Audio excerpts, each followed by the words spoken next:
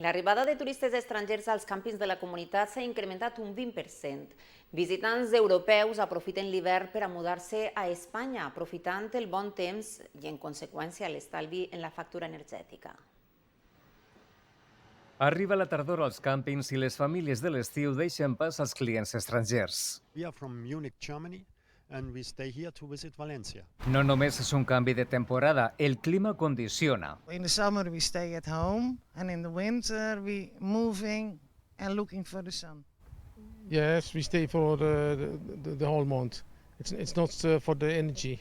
El turismo energético, gente que en Europa pues buscará espacios con nuestras temperaturas, con nuestro confort, con nuestra hospitalidad, y ahí el camping juega un papel muy importante de desestacionalización. I més enllà d'espais per plantar la tenda o aparcar la caravana, les noves instal·lacions ofereixen una opció a famílies amb fills. Éramos más de hotel, sí. Nosotros hemos cambiado muchísimo, ahora valoramos más lo que es la naturaleza. La pandemia no nos ha venido bien a nadie, evidentemente, pero sí que ha hecho que también mucho cliente de proximidad de la propia Comunidad Valenciana ponga el foco en esas vacaciones o en esa opción alojativa que no contemplaba hasta hace unos años. El sector ha fet balanç i les xifres acompanyen. Els càmpings representen ja l'11% de l'oferta d'ocupació turística de la Comunitat Valenciana. De gener a setembre han acollit més d'1 milió de clients.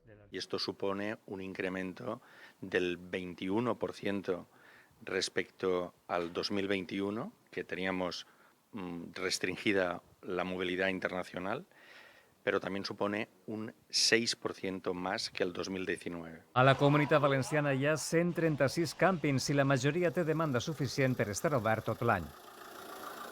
Iaies i iaios han escoltat avui les cartes que els seus nets i